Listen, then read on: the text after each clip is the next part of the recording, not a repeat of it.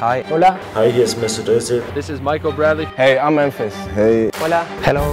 I'm here with soccer.com. Soccer.com. Soccer.com. And I'm talking with my friends soccer.com. See you soon. Hey guys, Josh from soccerreviewsforyou.com, bringing you my review plus on-feet video of the brand new Adidas Copa 17.2 in the red limit pack colorway. Now inside the box, all you get are the shoes themselves. They do not come with any extras. And here's a look at the shoe itself. This is the Copa 17.2, the first takedown model in the new Copa 17 line. The 17.1, the top end shoe, retails for $200. These retail for almost half of that at $110 US. So of course, in today's video, we're gonna take a look at all the different features and I guess tech specs of the shoe, see how it compares to the Copa 17.1 and really determine whether or not this is a decent value at the $110 retail price. We'll also take a look at the weight as well as how they fit and feel on feet. So if you're interested in learning more, please stick around, watch the entire video. If you're interested in a pair of these for yourself, there'll be a little pop-up on screen, or you can click the first link down below in the description. That'll take you to the review page on my website, where you'll find Buy It Now links with exclusive SR4U coupon codes, where you'll be able to pick these up below their normal $110 retail. So again, if you're interested in a pair, a little pop-up on screen, first link down below, go ahead and check it out. And with that being said, let's get right into the review. To start things off, let's talk tech specs and performance with the Copa 17.2. Now, there are some pretty distinct differences in comparison to the 17.1 model. The biggest difference being the fact that it's not an entirely leather upper, and also the fact that this does not have a sprint frame construction, which impacts the feel of the shoe as well as the overall weight. Now, the upper features a Taurus leather material here at the front, basically from this seam forward, the 4-foot toe box area, cutting off at pretty much the same point here on the medial side. You can see the natural leather stamping right there. You get Taurus leather, which we have seen from Adidas in the past. It's a made-up name. A Taurus is not an animal. It's just a name referring to the treatment process of the leather. Essentially, it's a calfskin material. So the quality, I would say, is actually quite good. It's a little bit thicker than what you're going to get on the kangaroo leather of the Copa 17.1, but still, I would say pretty close in terms of softness. So you're not really missing out in terms of leather quality at the toe, but like I said, the rest of the upper is not a natural leather material. Instead, it's a synthetic material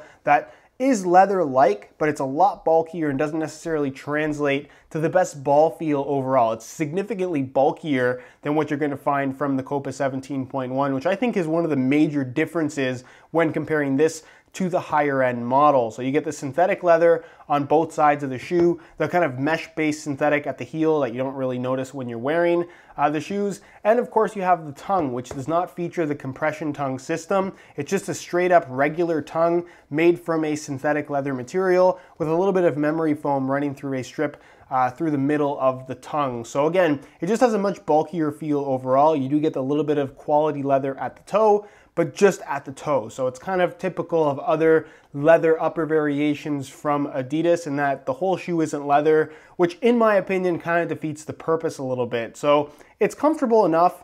It works as a shoe, but if you really want a true leather experience, it doesn't necessarily provide that in my opinion. Again, the retail price on this guy is $110 US, and considering the Nike Premier retails for $120, a shoe you can very easily find for below $120, the quality on a Nike Premier versus something like this is significantly better. So if you want this style of shoe, a premium leather feel at the $100 to $120 price point, I really think the Nike Premier is a much, much better shoe overall. As far as the heel area is concerned, you do have a standard low cut, an internal plastic heel counter, kind of a perforated leather material for the lining, a decent amount of padding. It does have the layout there, or the outlines for the bumps internally, as you guys can see, but there isn't actually any extra padding like you'll find on the Copa 17.1.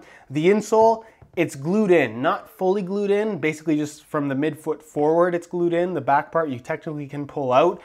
You could pull the whole insole out if you really, really wanted to. You'd have to tear through a lot of glue, but again, a non-removable insole to me just seems like something that shouldn't happen at the $100 and above price point level. I would like it to be removable. Not really a big deal, but something that, again, kind of shows to the cheapness of this particular shoe given its respective price point. Moving on to the sole plate, again, it does not have a sprint frame construction. Instead, what they've actually done is they've implemented the sole plate from the Gloro 16.1. So that's not necessarily a bad thing. I like the Gloro sole plate overall. Obviously not as light as the sprint frame, but still one that feels pretty decent. Obviously because of this, you don't have an external heel counter. It's all internal. And you get pretty much the exact same stud pattern. It's not identical, given that it's not the same sole plate base, but it is very, very similar. And it does get the job done as far as performance is concerned. Nothing spectacular, but something, if you've worn an Adidas shoe over the last couple of years, you kind of know what to expect. Definitely does get the job done. No major complaints from me. So all in all, for $110, it's about what I was expecting based on previous takedown models from Adidas. It gets the job done. It's definitely a passable shoe, but at $110, $120, especially if you consider what else is on sale at the moment of kind of making your purchase, I think you can find much better options out there other than the Copa 17.2 at full retail. Again, if you want a really good quality leather shoe at this price point, I really think you can't go wrong with something like the Nike Premier. In terms of weight, I thought we'd compare the Copa 17.1 to the Copa 17.2 to see what the weight difference actually is, given the differences in the overall design and construction of the shoe. So keep in mind these are both in brand new condition and both the exact same size 9 US. We'll start off with the Copa 17.1, throw it on the scale, and you can see that they weigh in at 7.5 ounces, the equivalent of 212 grams. Remember those numbers. We'll change the scale back to ounces, and we'll throw on the 17.2, and you can see that they weigh in at 9.2 ounces, the equivalent of 260 grams. So almost 2 ounces more in comparison to the 17.1. So you go from a shoe that's actually quite lightweight, given the type of shoe that it is, to a shoe that's fairly average weight, and like I said, feels kind of bulky for the style of shoe that it is. So overall, I don't necessarily think that you're going to be debating between the 17.1 and 17.2 variations, but if you were considering the 17.2, it falls in the 9 ounce weight range, which isn't unwearably heavy, but it doesn't have that lightweight feel that you'll get from the 17.1. As far as the overall aesthetics of the shoe are concerned, they honestly don't look cheap.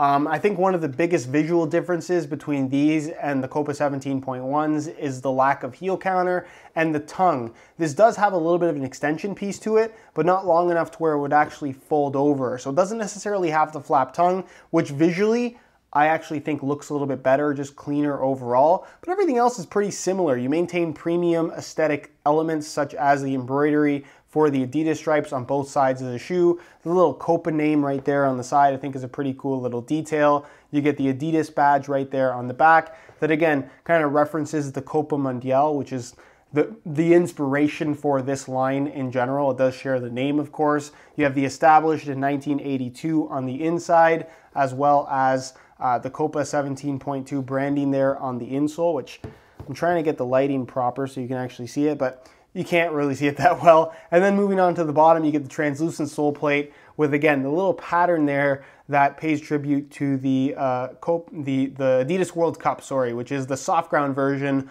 of the Copa Mundial, and it has pretty much the same pattern there on the bottom. So that's the reason why it's there, and it actually looks pretty cool in this particular implementation. So overall, I think it's a decent looking shoe. Obviously, that's not all that needs to be considered when making a purchase, but with that being said, let me know what you guys think down below in the comment section. Do you like how these look? Why or why not? And with that being said, let's move on to the on-feet portion of the video so we can get a better idea as to how these shoes fit, feel, and of course, what the sizing is like. All right, so here is a look at the Copa 17.2s on feet. On my left foot, I have the stock red laces that come with the shoes, and on my right foot, I have a pair of white and black grid pattern SR4U replacement laces. If you're interested in a pair of replacement laces for yourself, the website to go to is www.sr4ulaces.com. There'll be a little pop-up on screen as well as a link down below in the description that'll take you directly there. So if you're interested in a pair, be sure to go ahead and check that out. Now, in terms of how these things fit and feel on feet, they definitely have a comfortable enough feel out of the box.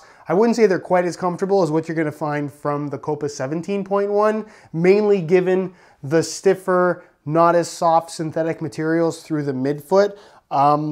It has a much bulkier feel overall, which I guess doesn't take away from any kind of comfort levels, but it is something that's very noticeable when you put these on versus the top end model. And to me, one of the major downsides of this shoe in general, when you're talking about something that's supposed to have that soft leather feel, the chunkiness and I guess bulkiness of that synthetic through the midfoot to me just takes away from how good this shoe could have been, given that they use something a little bit thinner and perhaps even a little bit softer. But at the end of the day, it's a takedown model, so you can't really expect too much. The feel underfoot, very similar to the Gloro in that it is the exact same sole plate base, so that is a difference in comparison to the 17.1 as well. But overall, no real issues with discomfort. It's comfortable enough. The leather at the toe is decently soft.